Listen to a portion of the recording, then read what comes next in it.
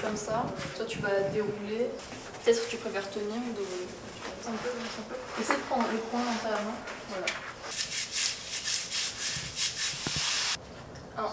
Descendre en centimètres.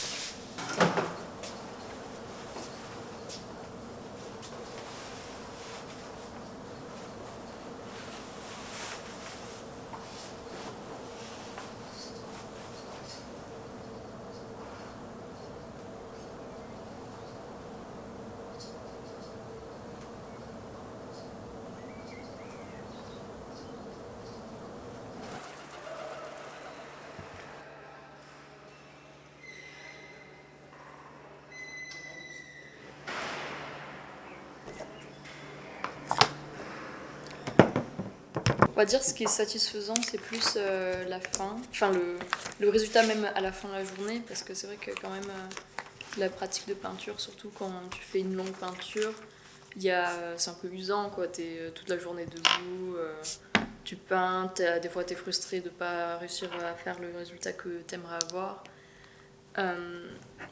mais c'est parce que à la fin de la journée, quand tu vois que tout avance petit à petit, que tu matérialises quelque chose en fait sur la toile et que tu arrives en fait à faire ce que tu as imaginé dans ta tête et de vraiment matérialiser ta vision un peu du tableau, c'est quelque chose qui est très très satisfaisant et très plaisant, qui te pousse en fait à finir, à en faire un autre.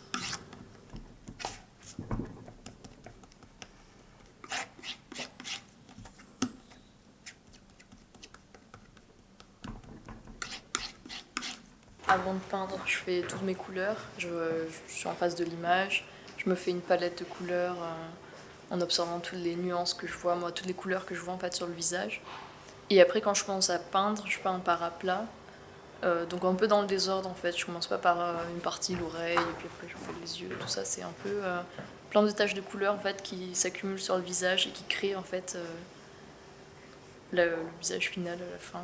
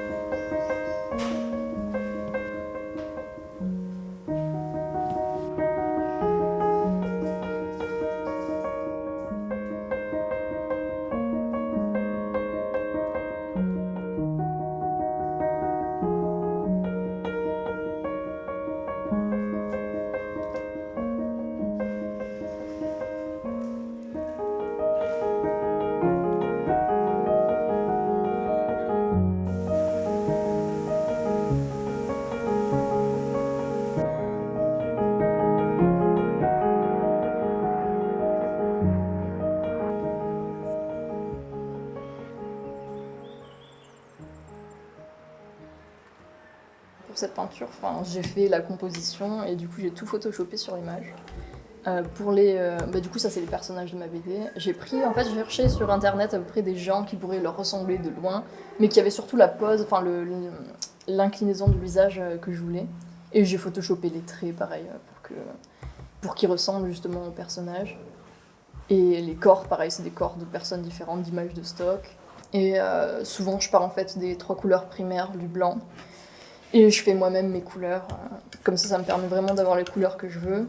Et aussi, même, je trouve que ça t'entraîne un peu en fait, à reconnaître les couleurs, à les faire toi-même. Après, tu as une meilleure compréhension en fait, de comment faire tes propres couleurs. Quoi. Donc,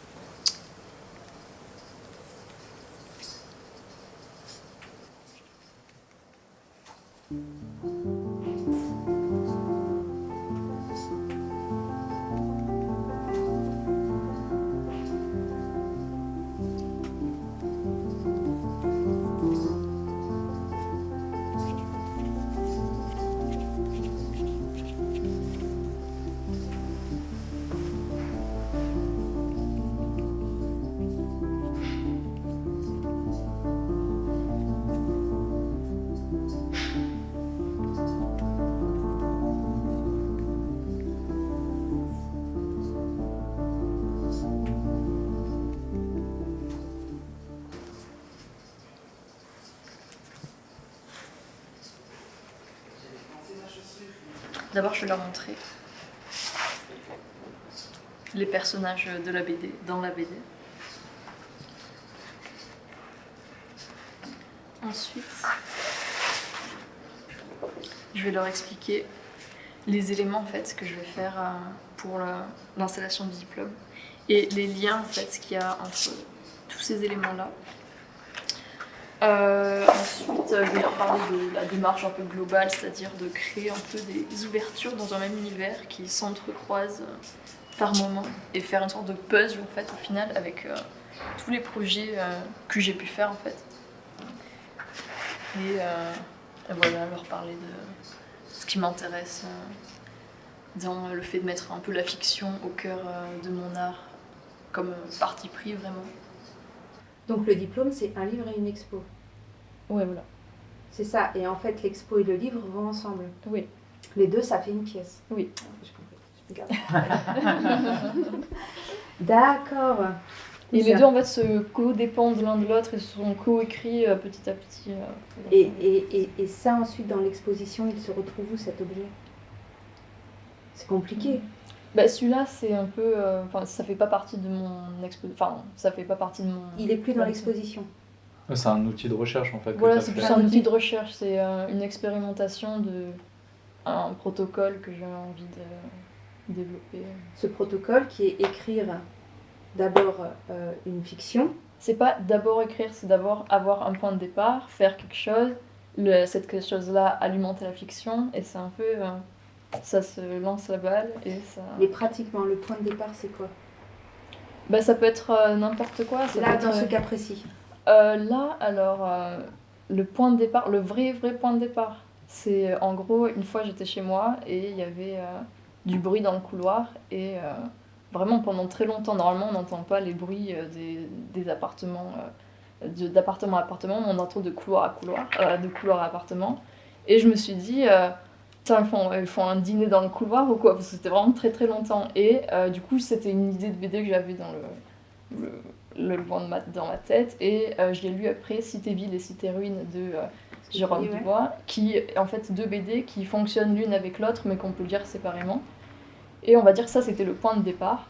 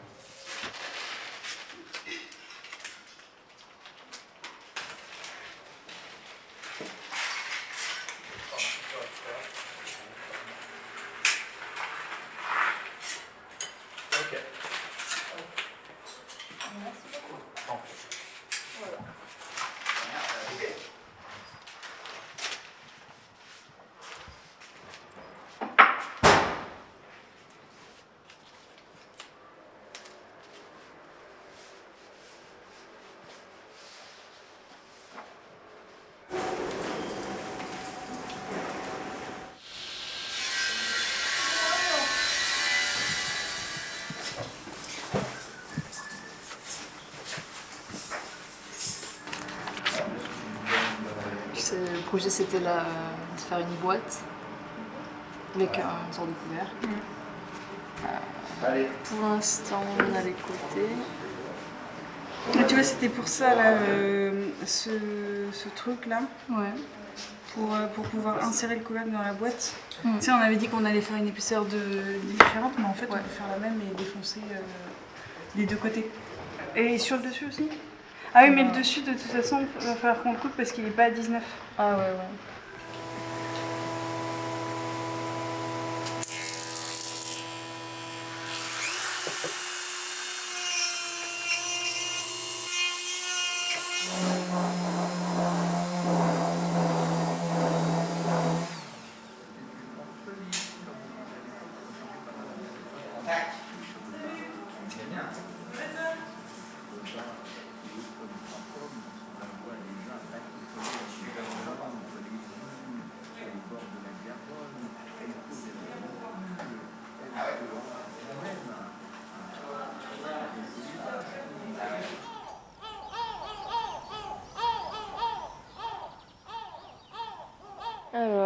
l'essentiel, enfin. Est-ce qu'il y a toujours les réductions? Non. Sans odeur. Très bien. Celui-là. Je sais plus. Regarde, si tu veux voir des pinceaux chers, tu regardes le plus gros là. Il y en a qui sont à genre 100 balles. Ouais, les trucs à la vie là, c'est super cher. Bon, ben, on dirait qu'ils ont plus leur truc, je suis choquée. Le design, il est trop drôle. Je trouve aussi des trucs un peu comme ça, genre des fibres synthétiques. Hein.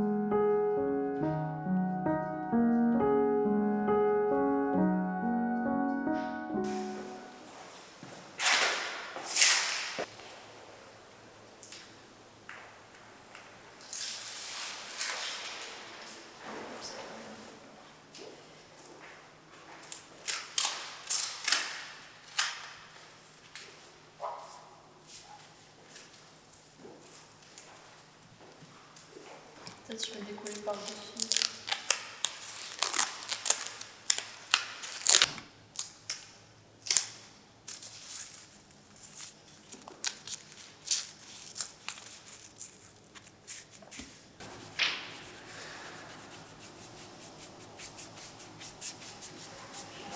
Bon, bah du coup, j'abandonne ça. Hein. Je pense que. Ouais, déjà, t-shirt pas. Ouais. Je pense que ça va. Ouais, franchement, c'est trop laid. Genre, je suis d'accord. On pense qu'on peut décrocher parce que.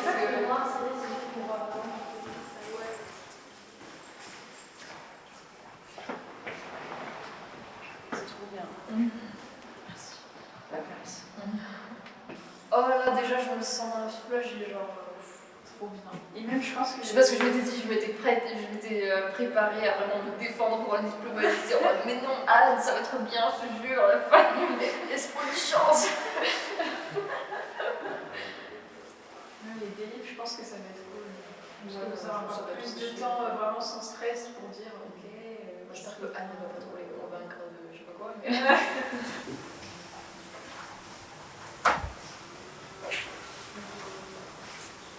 La peinture, je l'ai commencé à la villa, parce que du coup j'avais besoin de place, d'atelier, comme beaucoup d'autres pratiques, comme par exemple la sculpture que j'ai commencé cette année. Au fond, je me demande si la peinture, c'est justement une pratique qui sera durable chez moi, si en fait en changeant de lieu, elle restera pas où elle était, alors que pour la BD, j'ai pas cette crainte, vu qu'elle a toujours été avec moi, je sais qu'elle me quittera pas. En deuxième année, j'ai commencé à beaucoup venir à la bibliothèque, je me suis mise à lire des BD sans ordre précis. Silence de Comès, ça a été une révélation. Alison Bechdel, Anouk Ritker aussi, ça a été de belles découvertes. Chacune dans leur style propre. Il y a eu aussi les BD de Chantal Montelier, qui est féministe, politique, qui a une sorte de trait et ligne claire, et une approche centrée sur les personnages et le scénario que je trouve assez intéressant. Je me vois plus attirée par ce genre de dessin, plutôt que le dessin de maintenant, que je trouve au final assez répétitif. Quoi.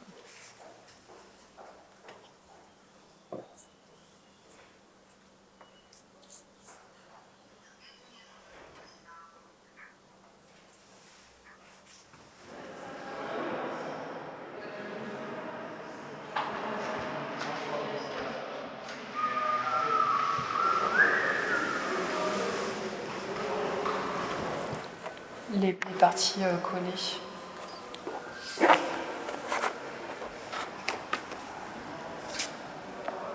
Donc elles sont toutes emballées individuellement dans des pochettes en plastique.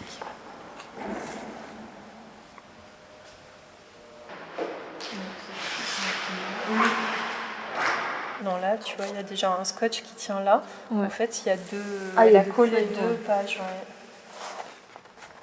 Ah, bah, il y a même un recto verso. Du coup. Ben, on voit même qu'elle a photocopié quelques dessins qu'elle a. Exactement.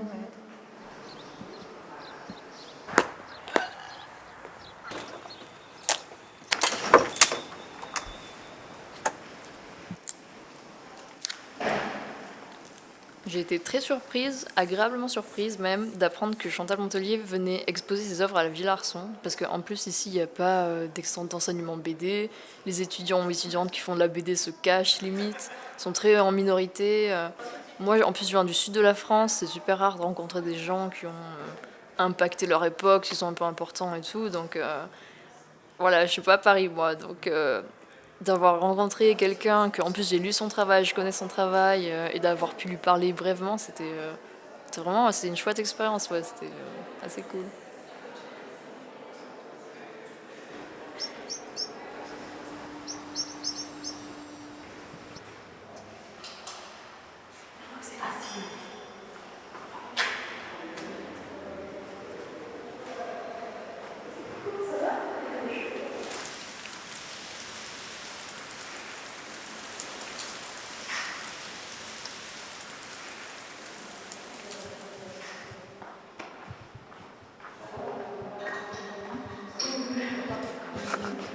Oh, je suis tellement soulagée. Bon, est-ce que mon discours au début il était trop nul? Parce que j'ai l'impression qu'il était un peu bancal et tout.